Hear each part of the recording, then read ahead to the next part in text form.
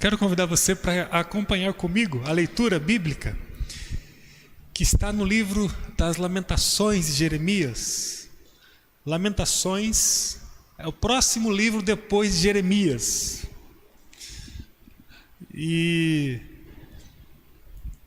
eu quero ler com você a partir do versículo 21 do capítulo 3. Então, Lamentações de Jeremias, capítulo 3, a partir do versículo 21.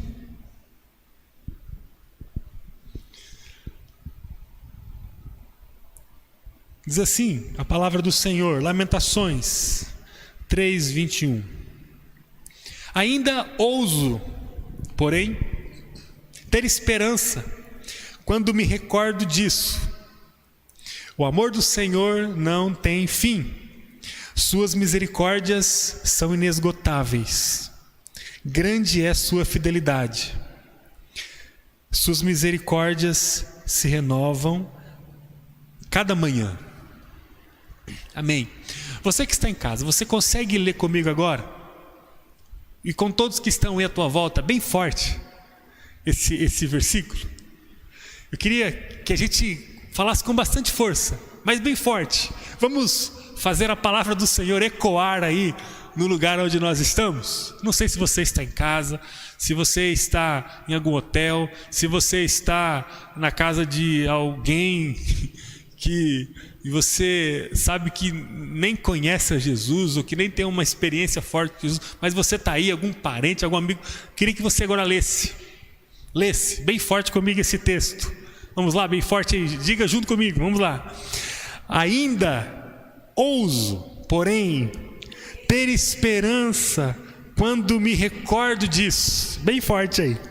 O amor do Senhor não tem fim. Suas misericórdias são inesgotáveis. Agora bem forte ainda. Grande é sua fidelidade. Suas misericórdias se renovam cada manhã. Amém, amém. Que todos os dias tenhamos essa responsabilidade de falar a palavra de Deus dentro de casa. Que coisa incrível, né? Estremece o lugar onde nós estamos. É o Rei ecoando a sua poderosa voz no meio da nossa casa, quando a gente lê a palavra. Que coisa incrível quando a gente fala dentro da nossa casa: o amor de Deus não tem fim, suas misericórdias se renovam, as misericórdias do Senhor se renovam a cada manhã. Isso é um golpe no nosso inimigo. Louvado seja o Senhor por sua palavra. O tema de hoje então é a ousada esperança. A ousada esperança. Houve um tempo em que a nação do Senhor Deus Todo-Poderoso se empobreceu. Se você já estudou um pouco, em algum momento da sua vida, sobre a história do povo de Deus, descrita na Sagrada Escritura, você já ouviu falar da história dos hebreus, da história do povo de Israel, dos israelitas que viveram a partir de Abraão e que foram determinantes para a preparação da ambiência histórica para que Jesus Cristo pudesse vir. Foi a partir desse povo, como uma base determinante, que Jesus veio para o mundo, para cumprir a vontade do Pai.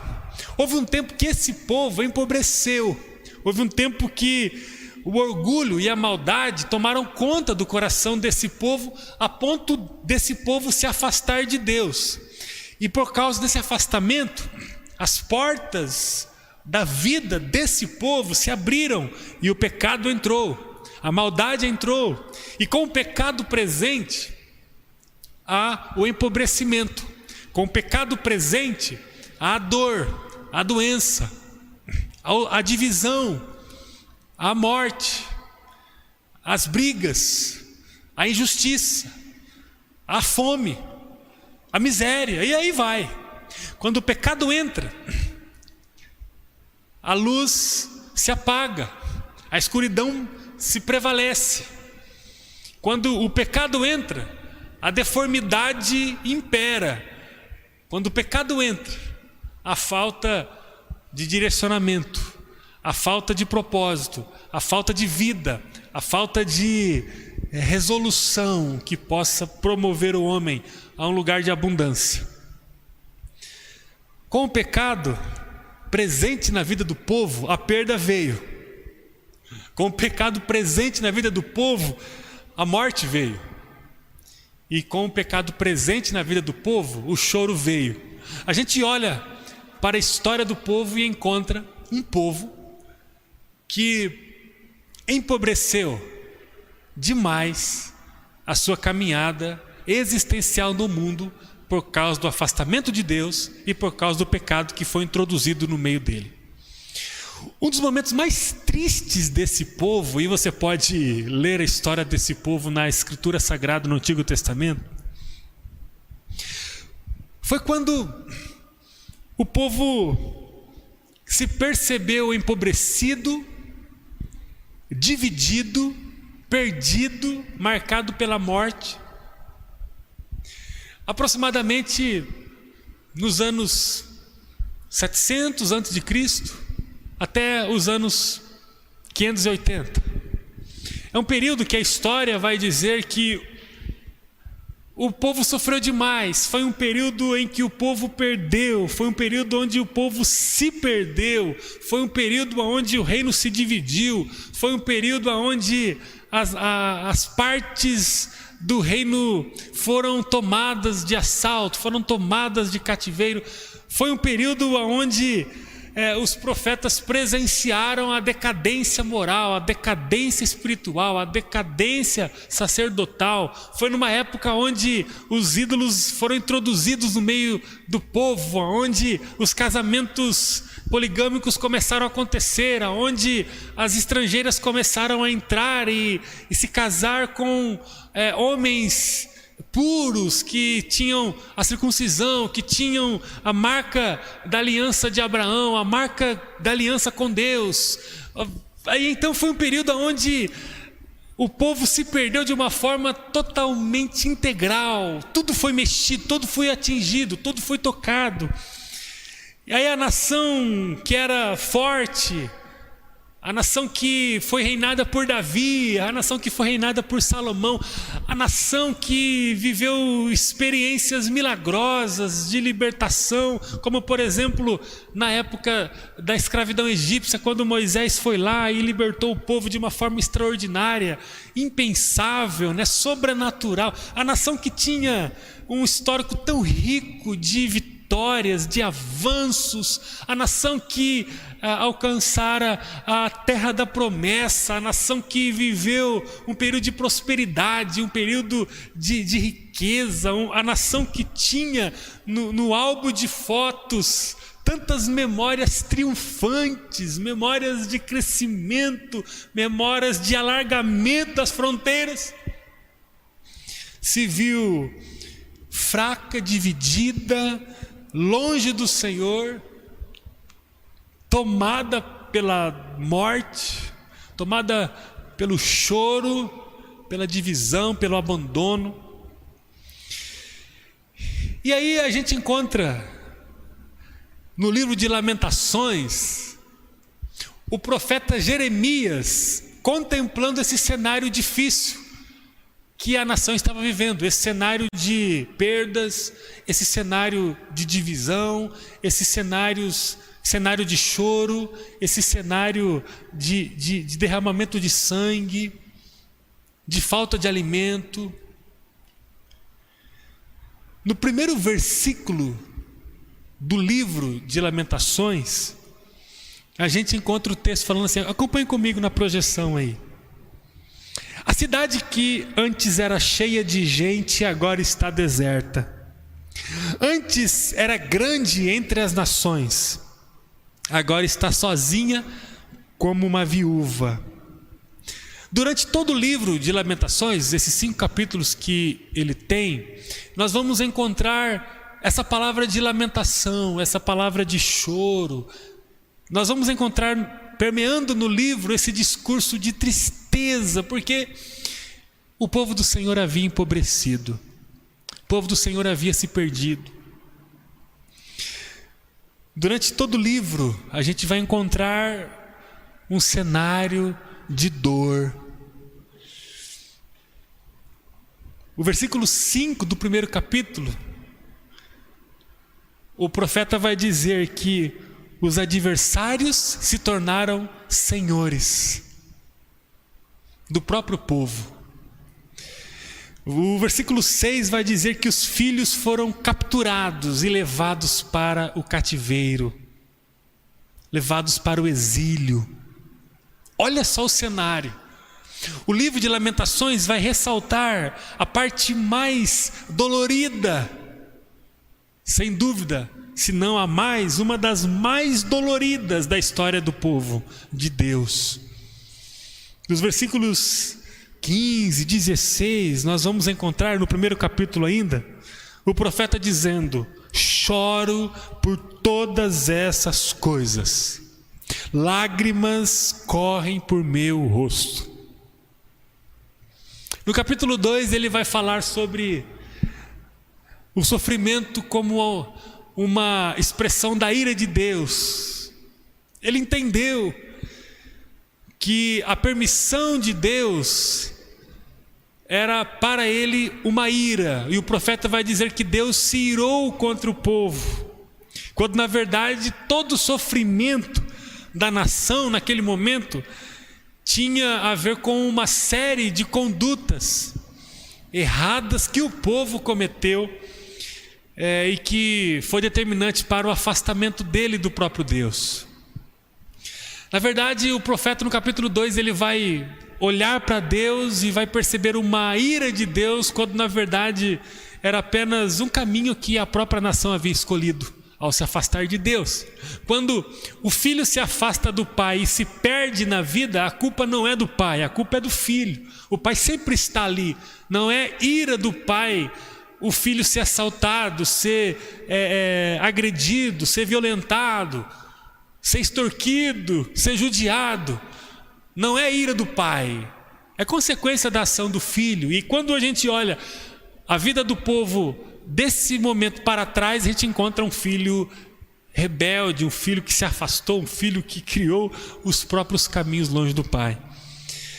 A partir do capítulo 3 de Lamentações, que é o texto que nós lemos, nós começamos a ver o profeta saindo de um lugar de lamento e choro para um lugar de ousadia e esperança. Depois de todo o discurso de tristeza, de dor, de sofrimento, Jeremias começa a enxergar uma luz na escuridão. Depois de derramar muito choro, ele começa a ver um foco de segurança. Assim como a nação de Deus, descrita na Bíblia Sagrada, atualmente nós temos vivido dias amargos. Em medidas diferentes, nós temos perdido pessoas. Pode ser que você tenha perdido alguém recentemente. Pode ser que você recentemente perdeu o seu emprego. Houve um enfraquecimento econômico na empresa que você trabalhava e você precisou se conformar com uma demissão no momento em que as coisas estão caras, em que o mercado está mais caro, em que o aluguel está caro, em que o combustível está caro, e você se depara com a escassez de recurso financeiro. Pode ser o teu caso. Ou pode ser que a tua família está de pernas para o ar por causa das implicações da pandemia. Às vezes escassez de recurso, às vezes escassez de tempo, às vezes cansaço físico, emocional. Pode ser que os relacionamentos tenham se desgastado e você está num cenário familiar muito ruim, e a tua vontade é de sentar e chorar. Pode ser que você esteja lutando inclusive em prol da sua saúde física. Pode ser que você esteja agora ouvindo essa mensagem no hospital, ou pode ser que você vá ouvir essa mensagem em um hospital. Pode ser que você esteja sofrendo com alguém dentro de casa que está acamado, que está sofrendo por consequências da Covid ou por outras razões num leito de hospital. Pode ser. Pode ser que você está vendo seu filho se perder dentro de casa. Pode ser. A questão é que todos nós, nesses dias, temos sentido o vento soprar nos nossos ouvidos, na nossa pele, trazendo a nós essa sensação de que as coisas estão difíceis, de que o mundo não está bem, de que tem muita gente enterrando pessoas amadas, de que tem muita gente encorpando a fila do desemprego, de que tem muita gente com dificuldade de gerir as próprias economias e por isso um monte de problema começa a respingar dentro de casa, inclusive dentro da própria relação familiar. Pode ser que você ao olhar para si agora fale assim: de fato, esses dias difíceis têm alcançado a minha vida. Nós temos vivido dias difíceis. Não é novidade isso. A grande notícia que eu quero trazer para você hoje é que o capítulo 3 mostra um profeta que conseguiu superar o luto, os medos, o lamento e conseguiu olhar para uma robusta esperança, uma ousada esperança, apesar dos dias difíceis. Pode ser que a gente não esteja vivendo na mesma intensidade a dor que o povo estava vivendo nesse período. Quando estudamos a historicidade da nação de Israel nesses dias, encontramos um cenário terrível, a falta de alimento. Imagina você, pai, mãe, ser surpreendido por pessoas inimigas vindo buscar os seus filhos para levar para o exílio. Imagina só você perder pessoas por falta de alimento. Imagina só você ver a economia da sua cidade, do seu estado, país afundando, e você vê que podem morrer de fome, você e sua família, por falta de recursos. A questão aqui que envolve o povo de Israel era uma coisa muito terrível, muito triste. Era quase que o fim do poço, se é que existe fim o poço. Pode ser que você esteja passando por momentos difíceis que não podem ser comparados com a experiência da nação israelita, mas que são muito difíceis. Pode ser. Que são tão difíceis a ponto de estremecer o teu coração e de trazer a você muita e muita tristeza. Dor, choro, pode ser. E aí o Senhor permitiu que você conectasse o seu smartphone, o seu computador, o seu tablet, a sua televisão nessa celebração agora, para que você ouvisse o capítulo 3 de Jeremias, de Lamentações de Jeremias. Quando lemos o capítulo 3, o livro nos fala de uma postura ousada na direção da esperança. Nós precisamos ter essa postura. Eu queria ler novamente com você no capítulo 3, a partir do versículo 19. Acompanhe mais uma vez comigo. Eu queria que você recebesse essa palavra no teu coração. Eu gostaria muito que você abrisse o máximo que você pode o teu coração para essa palavra do Senhor hoje, para que você possa colocar luz no eventual cenário escuro da tua vida hoje. Lamentações capítulo 3, versículo 19, fala assim: como é amargo recordar meu sofrimento e meu desamparo. Lembro-me sempre desses dias terríveis, enquanto lamento minha perda. Ainda ouso, porém, ter esperança quando me recordo disso. O amor do Senhor não tem fim. Suas misericórdias são inesgotáveis. Grande é sua fidelidade. Suas misericórdias se renovam cada manhã. Digo a mim mesmo: o Senhor é minha porção. Por isso, esperarei nele.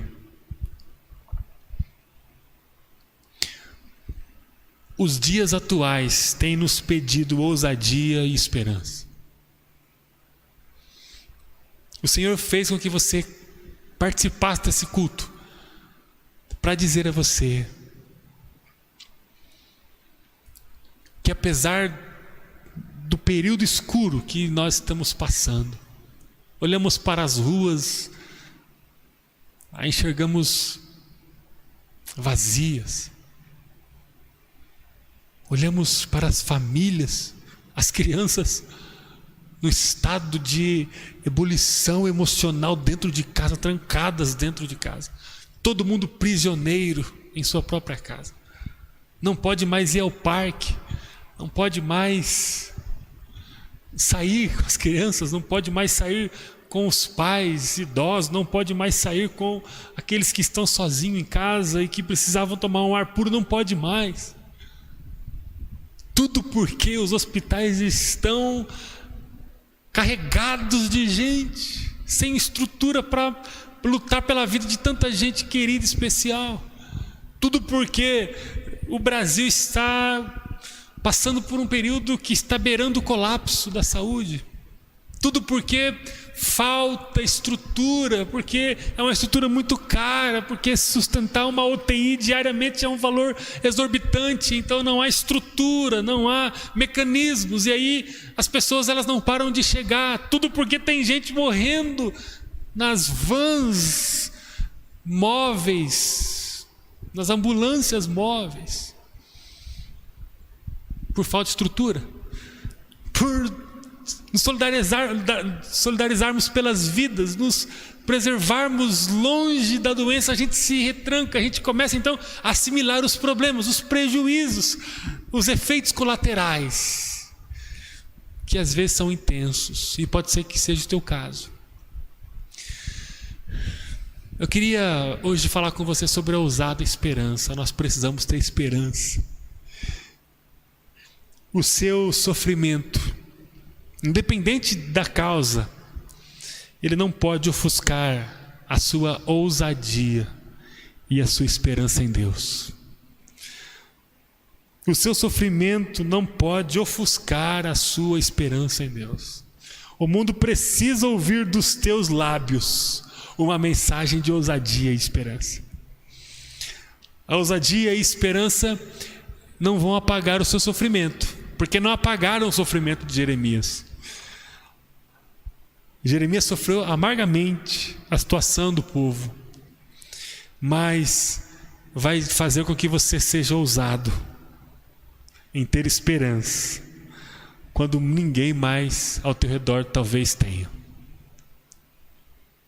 Qual é o nosso papel hoje, no Brasil, na cidade onde você está, nós aqui em Maringá? Qual é o nosso papel hoje?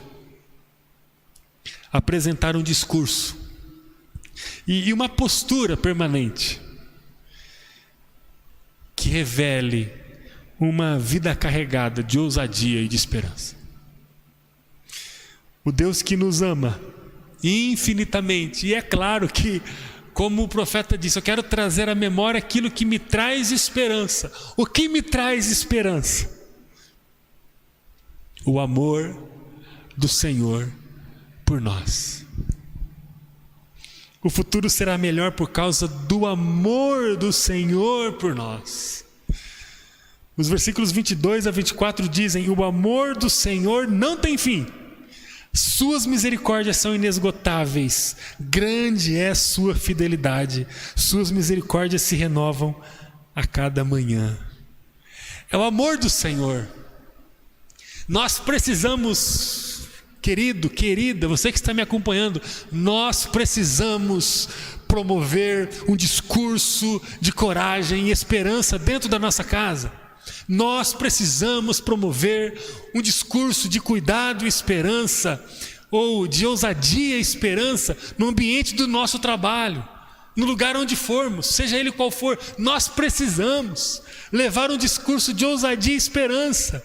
Não porque nós somos fortes, não porque nós conseguimos nos desviar das ameaças, não porque nós não temos sofrido, não porque nós temos lamentado, não porque nós temos perdido, não por isso, mas porque o amor do Senhor é mais forte. Nós precisamos trazer à memória as coisas que nos trazem esperança. E a principal delas é que Deus nos ama. Nós somos amados pelo Senhor. E nós, como igreja, nós precisamos depositar esperança naquilo que Jesus já fez por nós e naquilo que Deus reafirma a cada um de nós diariamente, que é o teu amor, que é a tua graça, que é o teu perdão que nos alcança. Eu quero encorajar você hoje a depositar a sua esperança em Deus e comece a falar sobre essa esperança. Eu quero encorajar você a ser ousado em seus dias, onde as más notícias estão por toda parte, mas seja ousado, apesar do sofrimento, apesar do choro, apesar do medo, apesar das más notícias, apesar do luto, porque Jeremias estava mergulhado em tudo isso, mas ele disse: eu quero trazer à memória aquilo que me dá esperança. Eu quero encorajar você a ser uma voz otimista, não em sua força, mas na força do Pai Todo-Poderoso, porque Ele nos ama. A igreja de Jesus não pode se abater com as más notícias, embora ela sofra com as más notícias, ela precisa dizer bem forte que há um Deus que nos ama e que tudo vai terminar bem. Tudo vai terminar bem. Quero trazer à memória aquilo que me dá esperança. Tenha uma ousada esperança em dias onde as notícias ruins imperam. Tenha uma ousada esperança. Quero convidar você agora em casa mesmo, feche teus olhos. Queria orar com você.